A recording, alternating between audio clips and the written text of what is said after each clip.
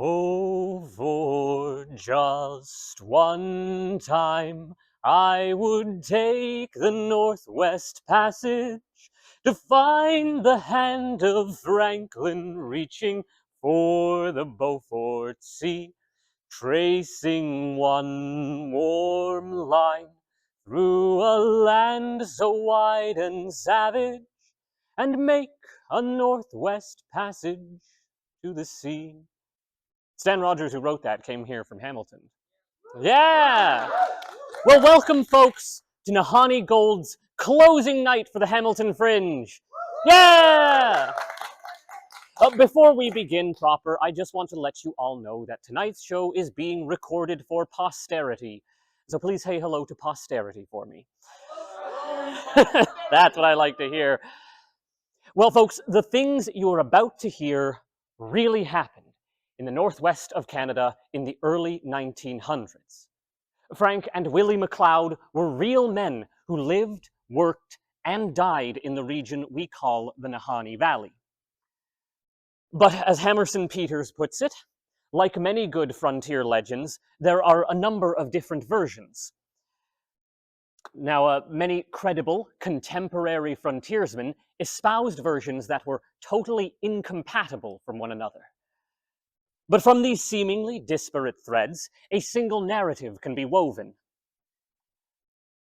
Now, the prologue to these events actually begins with Murdoch MacLeod.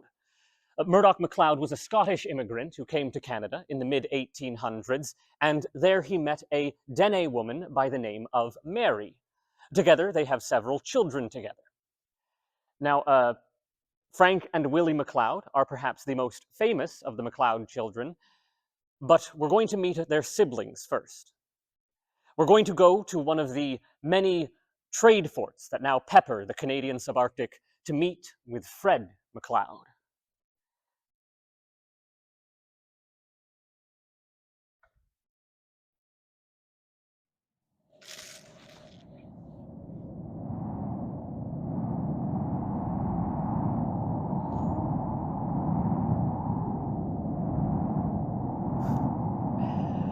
Oh, don't you folks worry. Weather can't get us in here. HBC built these places to last.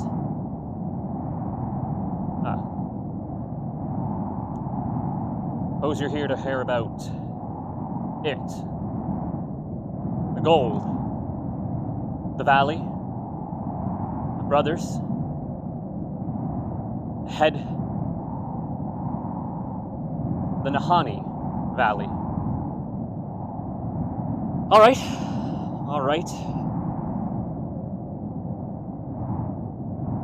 Maybe at least I can tell it right. Where to start?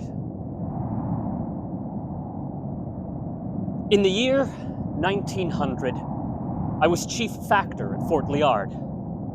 Dad's eyesight had been going for some time, and so as the eldest, I was the natural choice to replace him. The hardest part for me was staying still.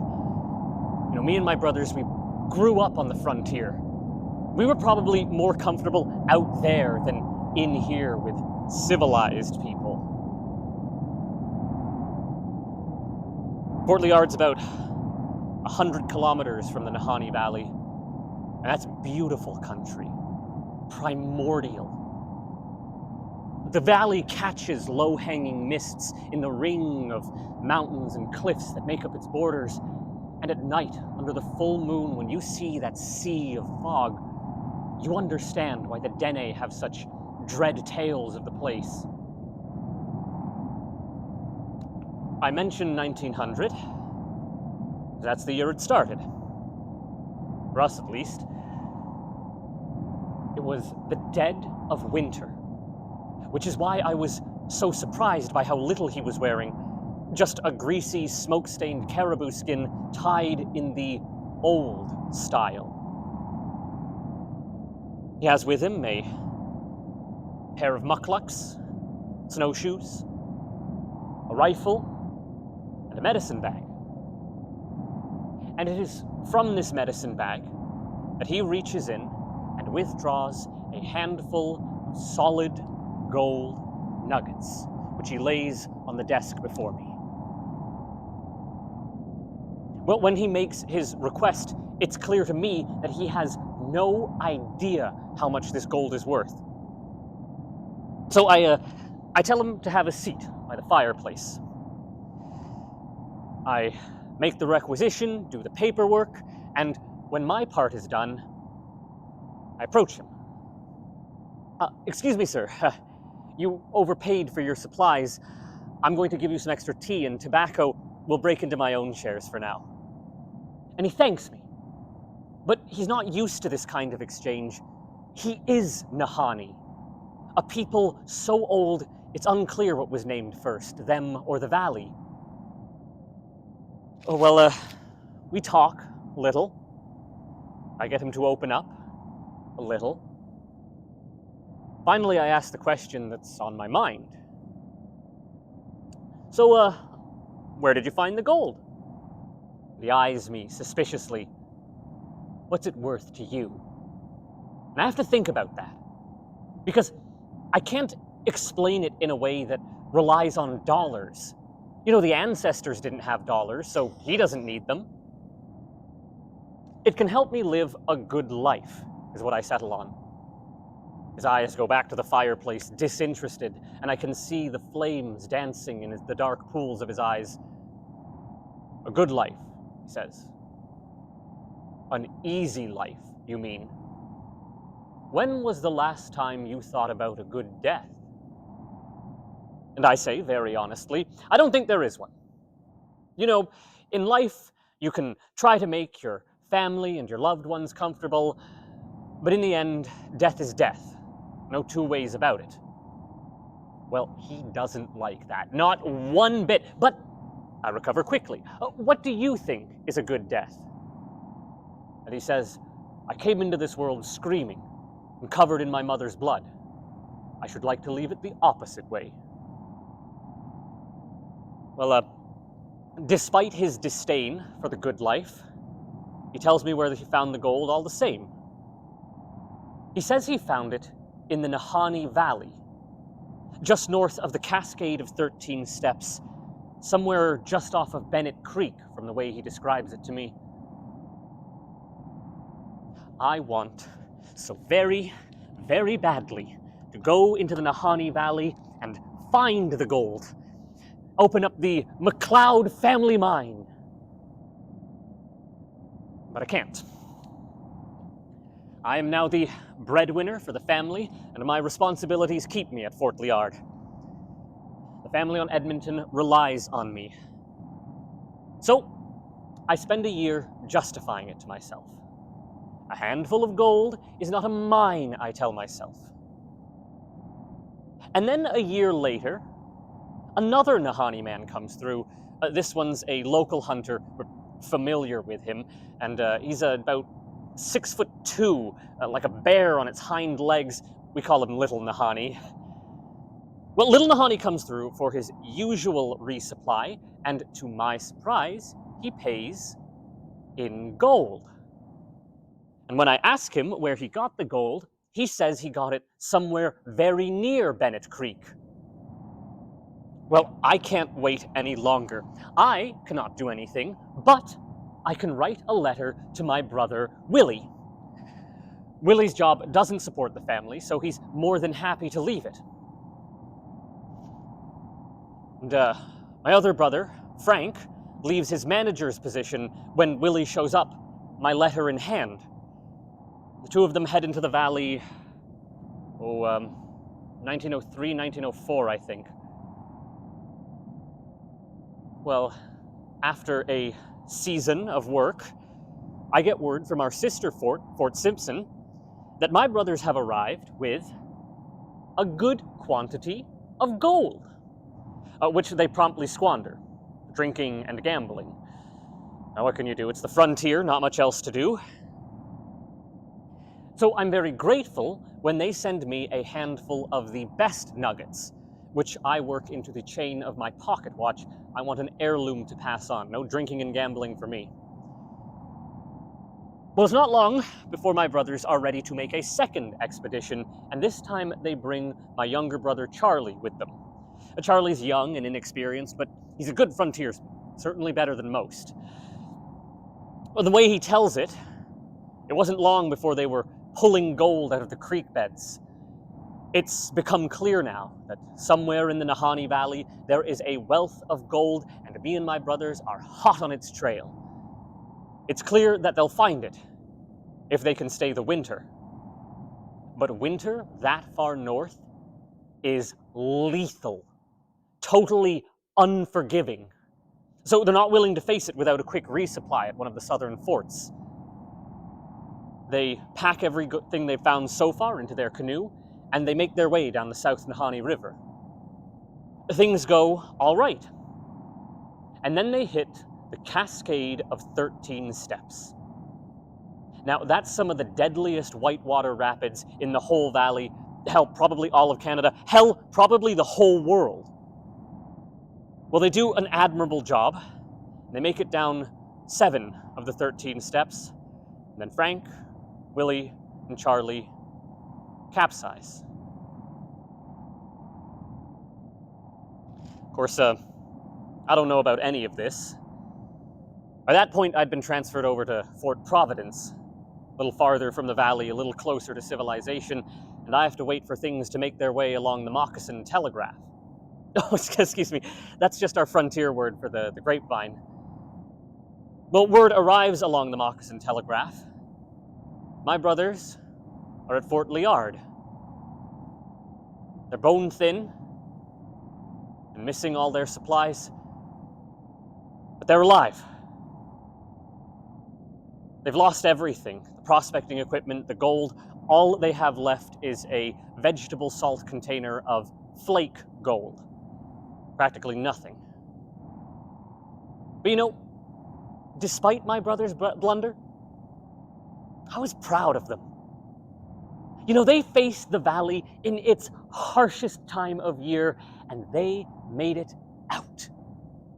The valley swallows up hunters and trappers with twice their experience. They vanish without a trace. But my brothers made it out, living off the land like Mom's ancestors.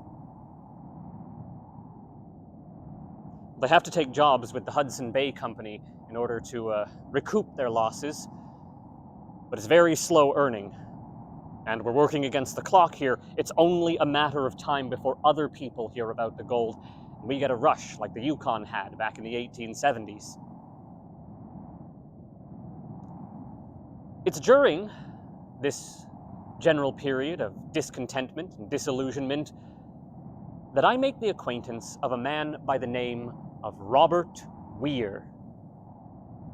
Weir's an engineer on a steamship that's making its way across the Liard River, resupplying the forts along the way. Well, he's young, he's intelligent, Scottish, like Dad. And at first it's all business.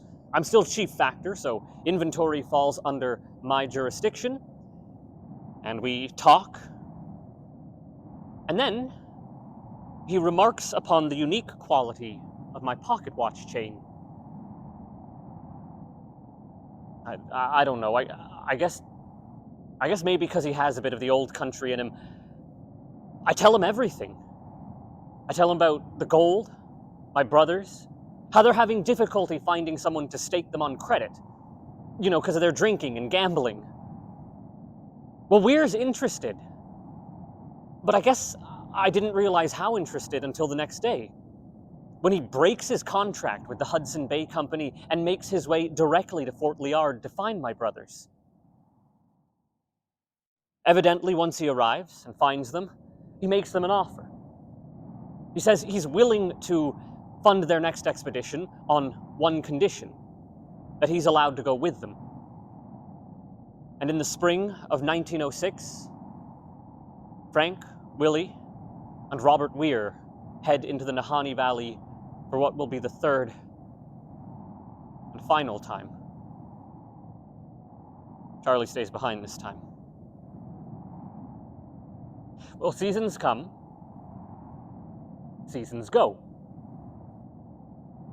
Spring turns to summer, summer turns to fall, and fall comes back round to winter. and we have heard neither hide nor hair of our brothers, but we're not worried. They have proven that they can live out there in the harshest of conditions. It's fine. And then in 1906, the spring thaw brings the first of the ominous signs. A canoe washes up in a pile of driftwood.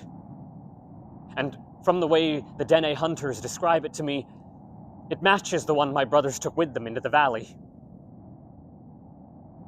Charlie embarks on his own investigation, and in 1908, he's leading a 6-man expedition team into the valley. Oh, there was part of that. It was Woolfield, who ran a trade shop way up there for the HBC. There was our younger brother, Danny. Well, there's 10 of us, by the way. We had 2 of the Lafferty boys. I don't remember their names, but they were good to have around. And Sergeant Joy of the Royal Northwest Mounted Police. The hardest part for me is just doing my job. You know, pretending everything's normal day in, day out, acting like I'm not scared shitless. By the end of summer, Charlie's back. And I will spare you the details. But he found my brothers. The bodies had to stay in the valley. But he gave them a proper burial. And we hold a service back in Edmonton. And that's where it ends, as far as I'm concerned. They call it the Headless Valley now. Might as well call it the McLeod Valley. Oh, excuse me, folks. I suspect you want more details, but if you'd really like to know more, then I recommend you talk to Charlie. You know, he was actually there. Me? I'm happy to leave this whole thing behind us.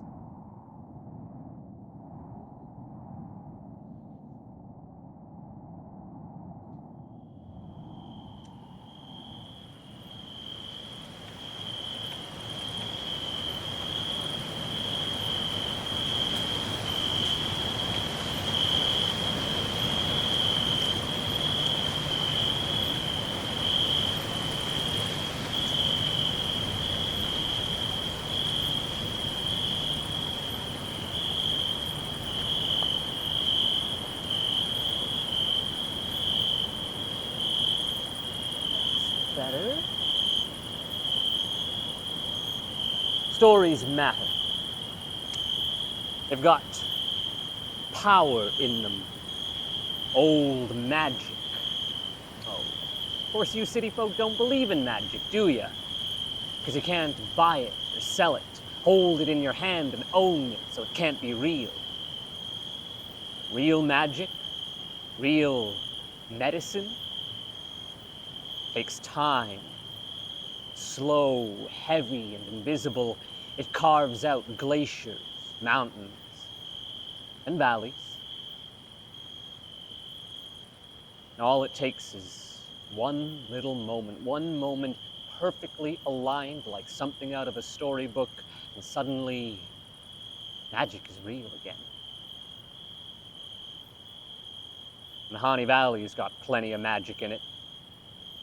Bad medicine, the valley. I can't make you feel what it's like to stand on the banks of the South Nahanni River as the last of your supplies are pulled under current and winter sinks its teeth into you. But when I tell you that the wind that passes through the Nahanni Valley gets cut into a demon babble like the whole valley is whispering at you, and that my brothers were not the first or the last to die under mysterious circumstances, well then the character of the place comes alive. We're going to jump ahead. Past my investigation into 1907, first I'm going to tell you what happened to my brothers. or how I found them. It's 1908, and I am leading a 6-man expedition team into the valley in search of my brothers. Pool Field is the first to notice axe cuttings on the west bank, clear markings of a trail. So we pull the canoes to shore, and we have a look around the clearing that they're marking. It's in this clearing that we find the first of our clues. It's the runner from a dog sled. There's something written on it in pencil. I recognize my brother's handwriting. It says, "We have found a fine prospect." That's as good evidence as any that we're on the right track. So we continue heading north. I'm guiding everyone as best I can from instinct, memory, a little something else. We're all on the lookout, so it's not a surprise when we see the second group of axe cuttings. We pull to shore, and this time, it's a camp. There's crates of supplies. They were clearly in the process of being cached or uncached. Inside is about 50 pounds of tea and flour. There's also a single 4-pound nugget of gold-bearing quartz. That ain't just a fine prospect. That's the promise of an early retirement and basically permission to put up a sign that says, "McLeod Gold Mine, $5 a stake." But most importantly, we find the headless skeletons. My brothers, Frank and Willie McLeod. One of them's folded up in his blankets, all neat and peaceful like he's died in his sleep. The other's twisted up and reaching for a rusted rifle that's leaning against a tree. We search the clearing for over an hour, but we find no trace of their heads. Where we bury the bodies, we head back to civilization, and I make my way to Vancouver for reasons that will become clear very soon. It's Fred I feel the worst for. You know, he was stuck in one place and had to listen to all the stories that people told. You know what that's like?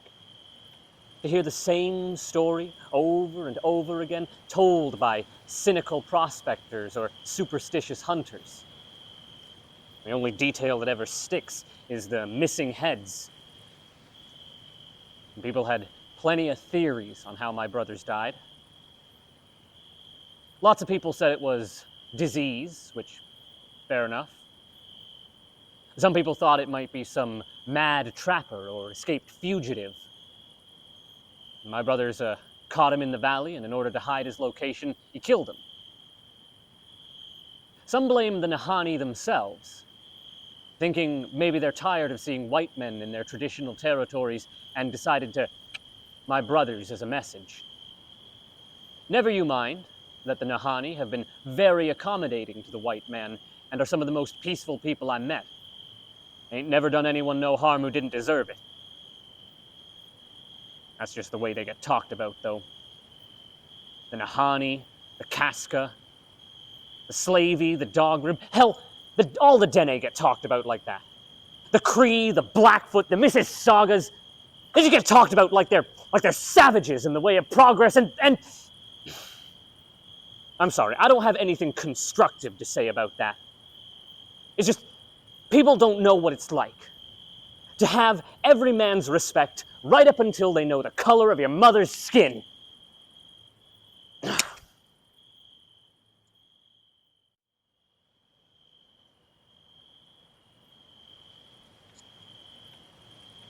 The Dene had their own theory to what happened to my brothers. They thought it might be Nahanni, hairy, wild giants of the north. They were known to live in the caves that pockmarked the valley, and at certain seasons they'd descend to attack lone travelers and unsuspecting camps, killing the men by cutting their heads off or tearing them off with sheer brute strength. And they'd take the women back to the caves to prepare the next generation of Nahanni. And these things were very real to the Dene and the Nahanni. You could send them running just by whistling in the night. But, I know the real story. And it's certainly not that hogwash I had to listen to that was the Mounties' official report. They said my brothers starved to death. They just laid down to die when they got hungry. They find a skeleton in 1909, and that answers the question I'm sure many of you are asking right now. What about Robert Weir? Stories are like paw prints. You know, you see a paw print in the earth, and you can make guesses about the animal that made it. Its size, its shape, its weight, maybe even picture the beast's face in your mind, but it's not the animal itself. I guess what I'm trying to say is that stories are the paw prints of truth. And in 1907, after my brother's canoe washes up, I start following the stories. Not the stories of wild men or mad trappers, but stories of a man the Nahanni hunters have seen who matches Weir's description and who is traveling alone. Word comes down from the Reverend John Ellis, who claims that a man, the same man, has been seen by him and his native congregation dragging a moose carcass. During the day, he drags the carcass as far as he can, and at night, he sleeps in the beast's hollowed-out chest. Well, whoever this guy is, he must have money. Because he makes a stop at Fort Liard and buys a full team of Alaskan sled dogs, makes out west, moving so fast you'd think the demon wind of the Nahanni Valley was hot on his tail. Vancouver. I get word that Robert Weir is living like a king in Vancouver. So in the summer of 1907, I make my way down to the Main Street Saloon. It's hot and dry, and every step I take kicks up a small cloud of dust.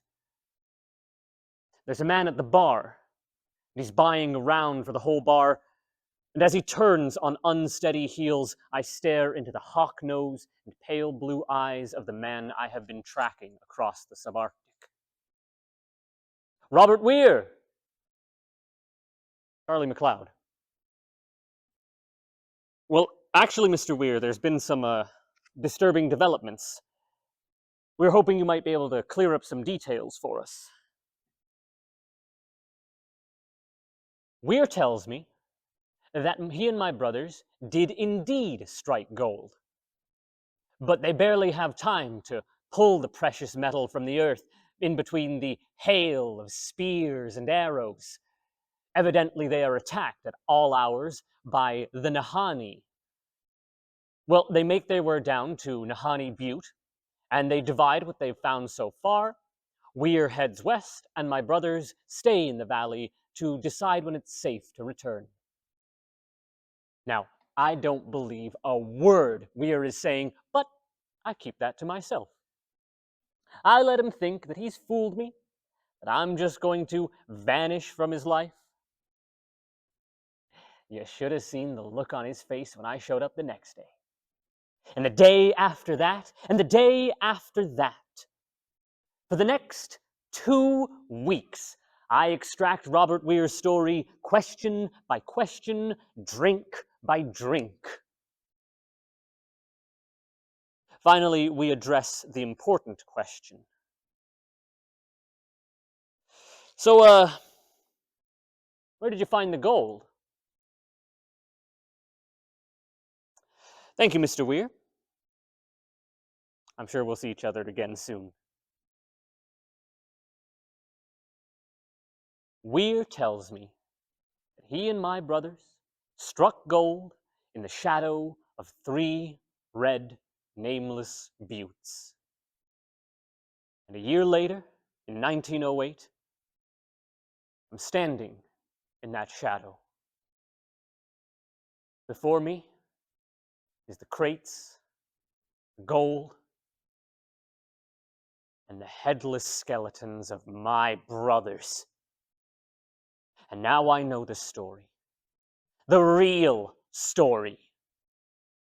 Robert Weir killed my brothers.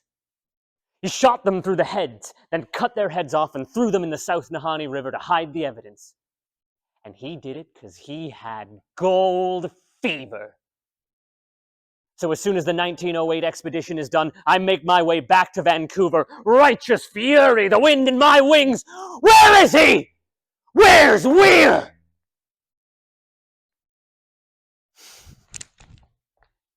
He's gone. He scarpered the second I went looking for my brothers.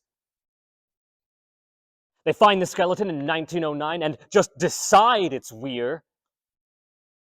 Me and the rest of the family are left with nothing but shiny rocks.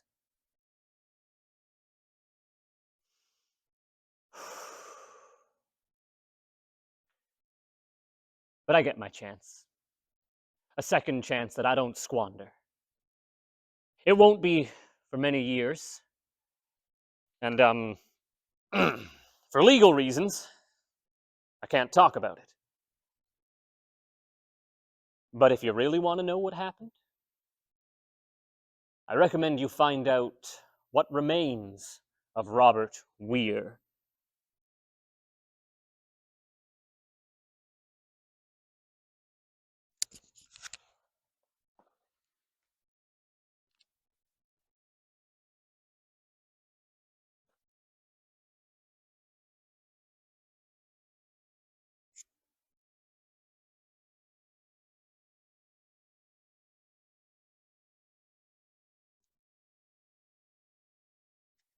Well, hello, folks. I hope the show is going okay. We're in the home stretch now, so you can relax. I hope everything's nice and clear. I know Charlie likes to tell it out of order. It's for dramatic purposes, I promise. You're probably wondering why I'm being so candid about standing atop the fourth wall. It's because I've been established as the villain of this story, so I'm allowed to break the rules. Well, I just want you to see this from my perspective for just a moment. I want you to imagine that for about a decade or so, you've been working on the Canadian Pacific Railway. I've been working on the railway. No, all right.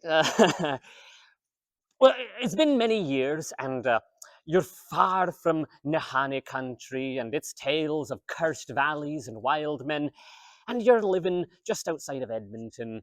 And, the Great War has been over for some time now, so trade is flowing again. So you decide to pop into one of your local trade ports. And as you're perusing the knickknacks and bric-a-brac from around the world, happen upon a familiar-looking stranger. And, you try to place his face. Maybe he's an old school chum, but when he starts speaking, you realize he's got a Canadian accent, so can't be from the home country. And then he mentions that he used to work in Nahanni country. And I say, well, what a coincidence. I too used to work in Nahanni country. And he smiles. Oh, and he tells me about the wee ones and his wife and all that he's been doing. He's got a farmstead just outside of Alberta now. It's lovely. But then we get to the real stuff. Brush stories. Manly tales of rugged survival. He's got good ones too. Not just stories of survival, but he's also got, what do they call it? Oral tradition, which meant something very different back when I was a lad. Oral tradition. Well, he tells me a brief story. I don't remember all of the details, but there's a squaw, a young Indian maid, and she has relations with a man who is secretly a dog. I'm sure many of you can relate. Regardless, uh, she has relations with this man, and then he vanishes into the woods, and she's exiled from her tribe, but she's left pregnant with his children. But when she gives birth, all the babies come out as wee little puppies. Well, she starts to raise them, and there's something to do with a drawstring bag. I don't remember the exact details. But as the children grow, they shed their furs and drop their tails, and they become the first of the dog rib dene. And it is said that any dog rib man who kills a dog kills his own brother. That's pretty good, eh? The advanced European race sciences are going to have a field day with that one. Phrenologists are going to be looking for canine features in Indian skulls for years to come. Well. Well, finally, the conversation turns to the Nahanni Valley and its ill reputation. We talk about the many men who have gone missing in the valley. Apparently, many Indians have died this way. And there was Martin Jorgensen. He was a Norwegian who was found in his cabin, the whole thing burnt to the ground, not a tooth of his head among the ashes. Inevitably, we talk about the MacLeods. Good lads, not true Scotsmen, mind you, but good lads. And I want to prove that I'm just as familiar with the brush as he is. I want to prove that I've got just as much metal as he does. And, I say to him, you know, it's funny that you mentioned those MacLeod brothers. Because I'm the one who put them in the ground. His hand is on my arm like a vice. I look into his face and he says, Mister, you better be joking. And I realize why he's familiar. I've seen his face 3 times over at this point. The features a little different, but the genetic through line is there. Charlie. Hello, Robert. I break free, and I take my leave as fast as my feet will fucking carry me. But it's no use. He follows me. He can pick my boot tread out of the dirt, and he chases me for weeks, months, across the plains.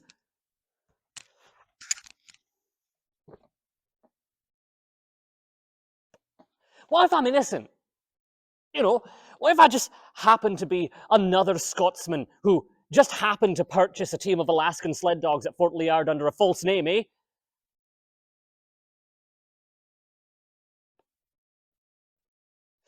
A coincidence. A coincidence so remote, it almost makes you believe in magic. The one person I should not have said that to.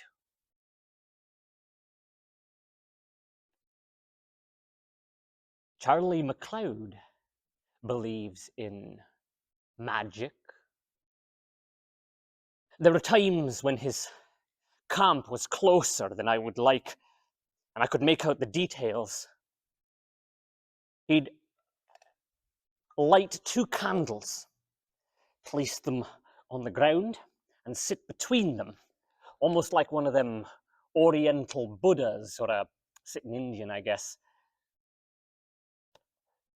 And he'd just stare at me. Inevitably, I'd dream of the Nahanni Valley. I'd dream I was there in a camp with the MacLeods. They're sitting opposite me, and they've got the gold in their hands, and they're offering it to me. Go on, Robert. Go on, take it. Without you, we wouldn't be here. Without you, we wouldn't be in the Nahanni Valley. I'm up well before the dawn, and I'm moving at first light. The MacLeods decay every night that I dream about them. Their eyes roll back into their sockets. Their nose becomes a cavernous hole. Their lips slough away. By now, they're nothing but headless skeletons. But they're smiling at me. Even without their heads, I can tell they're grinning like cats who have eaten the canary. Because they know that their brother is gonna hound me to the ends of the earth for gold that didn't even last me. Cursed gold, too, mind you. Yeah, no one told me that. Apparently, any man who pulls the gold from the Nahanni Valley is doomed to die a horrible death, and right now it's 2 for 3, so my odds are not looking good. Is it really so hard to believe that it was the Nahanni who did it?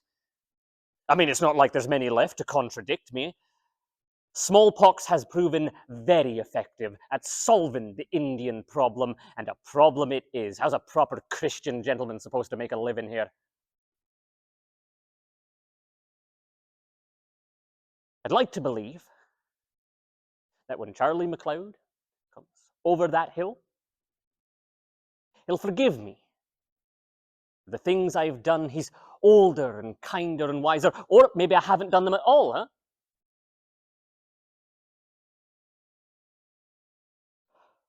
That's not how it ends. When Charlie MacLeod comes over that hill, he's going to chase me into that barn. One of two things is going to happen. Either I'm going to take my revolver, press it to the side of my head, and bang! I deny Charlie MacLeod his revenge, and the sparks from my revolver ignite the dry bales of hay. The whole thing goes up in smoke. Or Charlie MacLeod is going to see me run inside that barn, lock me inside, then burn the whole thing to the ground with a kerosene lantern. I suppose the end result is the same. All that remains of Robert Weir is a charred skeleton.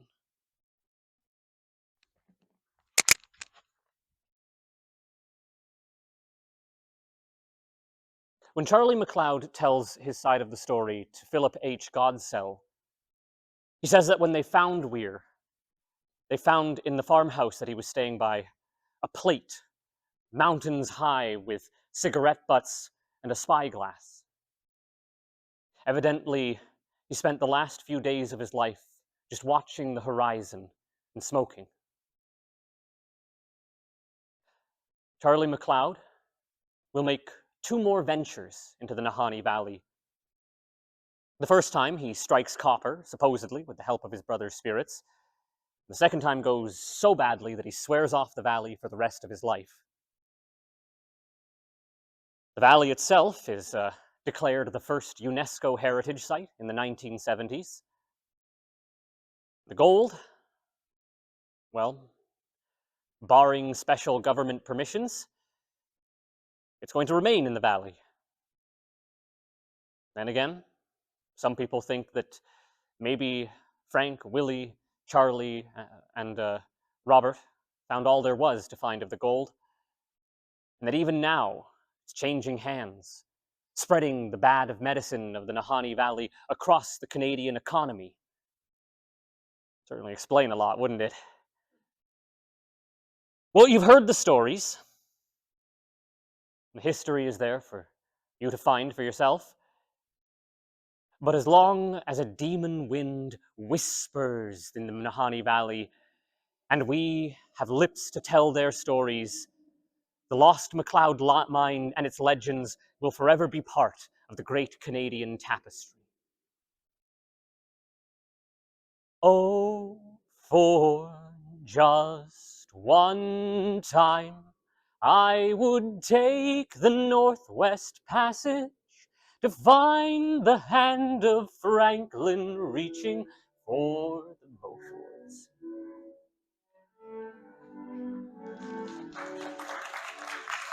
Thank you, thank you.